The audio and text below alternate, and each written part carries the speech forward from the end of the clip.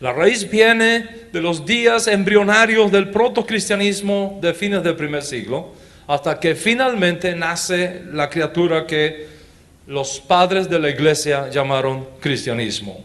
A saber, San Ignacio, San Germas, San Orígenes, San Eusebio, San Atanasio, San Basilio, San Gregorio, San Juan Crisóstomo, San Teodoreto, San Cirilo, San Juan Damasceno, San Agustín de Hipona, etc.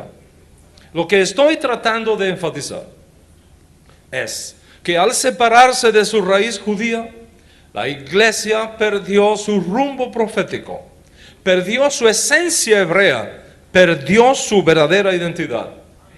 Y ahora, pretendiendo ser una cosa, no sabe qué es otra. ¿Y cuándo esto sucede? No de un día para otro, por supuesto. Fue todo un proceso de lucha de poder, de batallas por quién tiene realmente la enseñanza auténtica de Yeshua y de los apóstoles, hasta que finalmente la secta cristiana que se impone, el proto-cristianismo que sale vencedor, se desconecta completamente de su raíz judía y se yergue como un árbol separado y diferente al olivo natural. Y al desconectarse del olivo natural y plantarse un olivo diferente, comienzan a darse interpretaciones erradas que llevaron a cambios y luego otros cambios y más cambios hasta que surge una religión completamente diferente y divorciada de su raíz hebrea. Los cristianos que vinieron después, incluyendo la mayoría de nuestras naciones iberoamericanas, y que nacieron dentro de esta interpretación e identidad divorciada de su raíz hebrea, la reciben pasivamente en su cultura cristiana particular en que nacen, la perpetúan a sus hijos, y eso es lo que tenemos ahora. Pero al principio no fue así.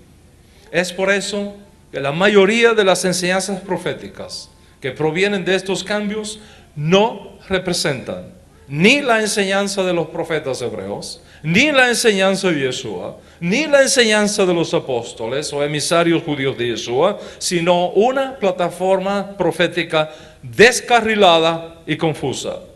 Representan la interpretación particular de creyentes no judíos que erraron a la hora de interpretar las palabras de Yeshua, dadas en un entorno judío, repleta de conceptos judíos, y que por ignorarlos no transmitieron necesariamente sus dichos, más bien los editaron y lógicamente corrompieron su enseñanza.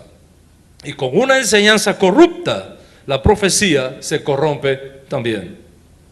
Muchos de los manuscritos del Nuevo Testamento que ahora tenemos muestran ediciones, adiciones, sustracciones e interpretaciones posteriores hechas en nombre de los apóstoles para justificar su divorcio de su raíz hebrea, cuando en realidad los apóstoles no escribieron ni enseñaron eso. Ya para los días del apóstol Pablo hubo algunos líderes cristianos que en su afán de establecerse como casa propia escribían cartas como si fueran de Pablo o de cualquier otro apóstol, incluyendo del propio Yeshua, para transmitir no las ideas judías de los apóstoles o de Pablo, sino sus propias ideas helenistas y sus propias interpretaciones romanas. Las escribían y las enseñaban como si fuera de un apóstol, solo para ganar autoridad e imponer su punto de vista sobre la gente, que no tenían puntos de referencia para decidir, porque no eran judíos, si esas enseñanzas venían o no de los apóstoles. Cuando Pablo, por ejemplo, escribe a los tesalonicenses en su segunda carta y les dice: no os mováis fácilmente de vuestro modo de pensar, ni os conturbéis ni por espíritu, ni por palabra, ni por carta, como si fuera nuestra. Ni por carta, como si fuera nuestra. Revela cómo ya en sus propios días la manipulación y la corrupción de las enseñanzas de Yeshua y de los apóstoles y del propio apóstol Pablo estaba presente. Piensa, por ejemplo, en la carta a los Gálatas. Al final de la misma, el apóstol Pablo añade una nota personal, de su puño y letra, como decimos hoy, ¿Para qué? Para que sus destinatarios supieran que él era el autor de esa carta, que él era responsable de esa carta, de la enseñanza de esa carta. Y de esa manera, los que recibían la carta tuvieron la confianza y seguridad de que venía del apóstol Pablo. ¿Por qué tuvo Pablo que hacer eso? Lógicamente, porque circulaban falsas cartas y falsas enseñanzas en su nombre.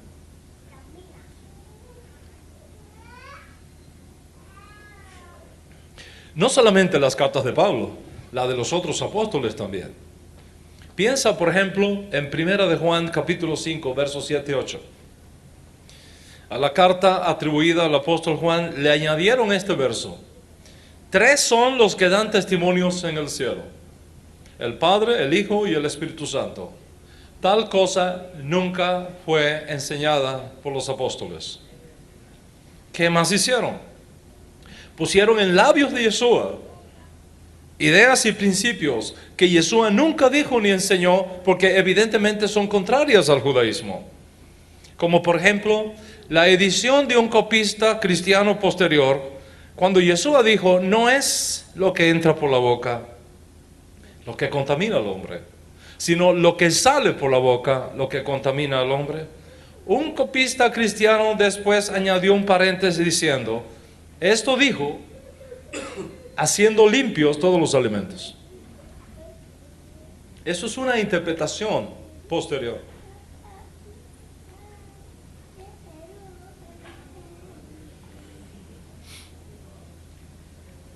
Piensa en 1 de Timoteo 3:16.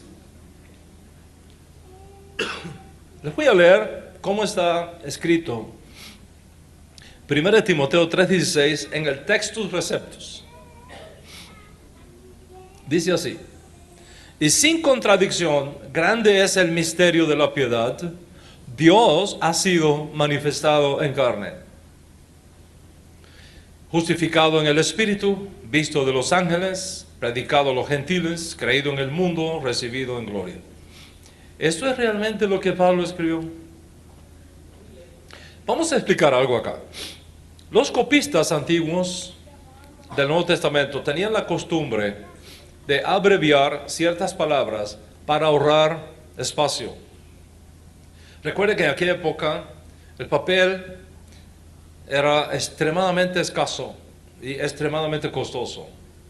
Mientras más se pudiera ahorrar, mejor. Ellos tenían la costumbre de abreviar ciertas palabras para ahorrar espacio. La palabra griega para kai, que se repite mucho y que es una conjunción que se traduce como y, ellos no escribían kai, ponían una K solamente, con una marquita encima para que se supiera que era kai. De esa manera se ahorraban 2 espacios. Y lo mismo hacían con los nombres sagrados de Dios, Señor, Espíritu, Cristo, por ejemplo. Estas palabras eran abreviadas porque ocurren muchas veces en el texto. Sin embargo, estas palabras abreviadas se volvían un problema para los copistas posteriores, que erraban tomando una abreviatura por otra y leyendo varias abreviaturas como una sola palabra. Hay ejemplos muchísimos de eso. En el caso de 1 de Timoteo, capítulo 3, verso 16, el Textus Receptus traduce: Dios ha sido manifestado en carne. Dios, en el griego de esta carta, es Theos. Y los escribas lo abreviaban con 2 letras griegas, teta y sigma, y le ponían una marquita encima, para subrayar, para indicar que es una abreviatura para Theos.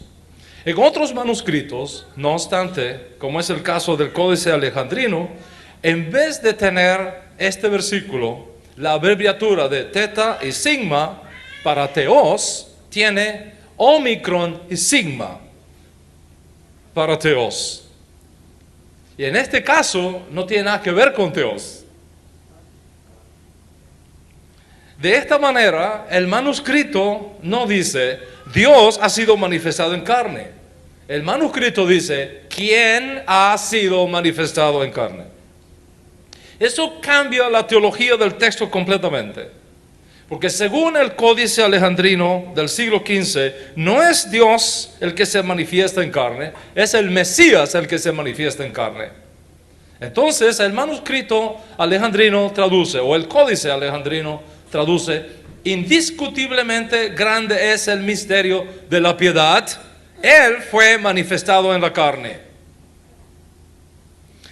Reina Valera, que sigue el Textus Receptus, traduce: y sin contradicción, grande es el misterio de la piedad, Dios ha sido manifestado en carne. Es una gran diferencia. No es lo mismo decir Dios manifestado en carne a decir quien fue manifestado en carne, hablando del Mesías. De esta manera, los escribas que tenían acceso a los manuscritos antiguos cambiaban aquí y allá el texto, bien para enriquecerlo, bien para corregir lo que ellos consideraban era un error del texto que estaban copiando, bien para armonizar contradicciones. Lo más importante, hacían cambios para perpetuar su propia tradición teológica, su propia interpretación del texto. ¿Por qué razón los creyentes provenientes del mundo greco-romano fueron tan inconsecuentes y tan poco cuidadosos a la hora de tratar con los escritos apostólicos? La razón es cultural. Para la gente del siglo XXI, para nosotros, acostumbrados a tener libros, a leer y escribir, puede resultar traumático saber que en la cuenca del Mediterráneo, donde funcionaba la cultura greco-romana, el paganismo, las religiones politeístas, para ellos los libros no tenían la mayor importancia social, no tenían mayor valor práctico, por dos razones fundamentales. Primero, 95% de esa población era analfabeta. No sabían leer, no sabían escribir. Para escuchar algo tenían que asistir a un lugar público donde alguien que sabía leer leía en voz alta para todos. El analfabetismo era tan agudo que una persona que supiera solo escribir su nombre se consideraba una persona culta.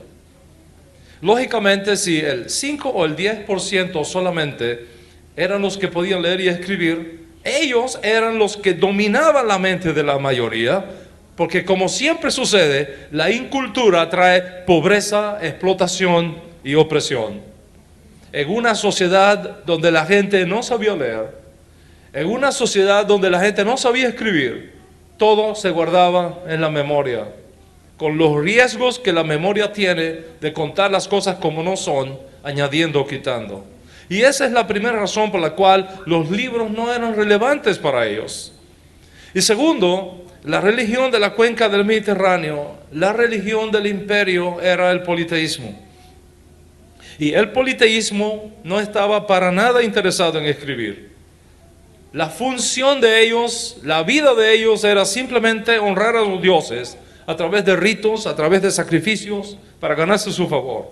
El politeísmo no tenía libros de ética, de conducta, de principios, de valores que mejoraran la humanidad del hombre.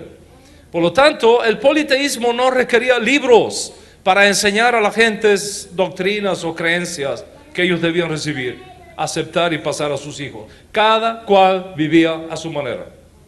Cuando los judíos creyentes en Yeshua llevan el mensaje de la redención al mundo no judío, los grandes valores de la ética judía, de la teología judía y de la conducta judía chocaron con la cultura pagana libertina del imperio, y lógicamente comienza un proceso de reingeniería cultural, de enseñar a toda esa gente politeísta que hay un solo Dios, que hay un solo Redentor, que hay una sola fe, que hay una sola manera de vivir como hijos de la luz.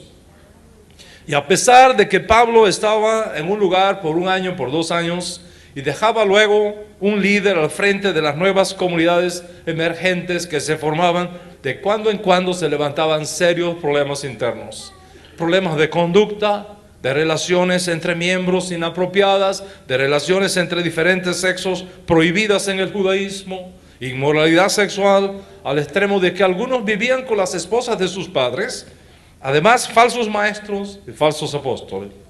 Cuando el asunto llegaba a oídos de los apóstoles originarios, enviaban cartas y enviaban emisarios para corregir esas conductas erradas, para reencajilar a las comunidades. Y entonces se usaban copistas para copiar y reenviar debido a la crisis de papel de la época y a los pocos que podían escribir y leer, que no era fácil aquel proceso. Para complicar más las cosas, los escritos griegos antiguos no usaban marcas de ortografía como nosotros hoy día. En el griego koiné, en el griego que la gente hablaba en la cuenca del Mediterráneo, no usaban marcas de ortografía, signos de ortografía como nosotros hoy día. No había mayúsculas, no había minúsculas, no había comas, no había punto y coma, no había punto y seguido, no había punto y aparte, no había signos de interrogación ni de exclamación, no había comillas. Peor aún, no había separación de palabras. Todo se escribía unido de una punta a la otra. Eso es lo que se llama scripto continua. Claramente hacía muy difícil y leer y mucho más difícil copiar.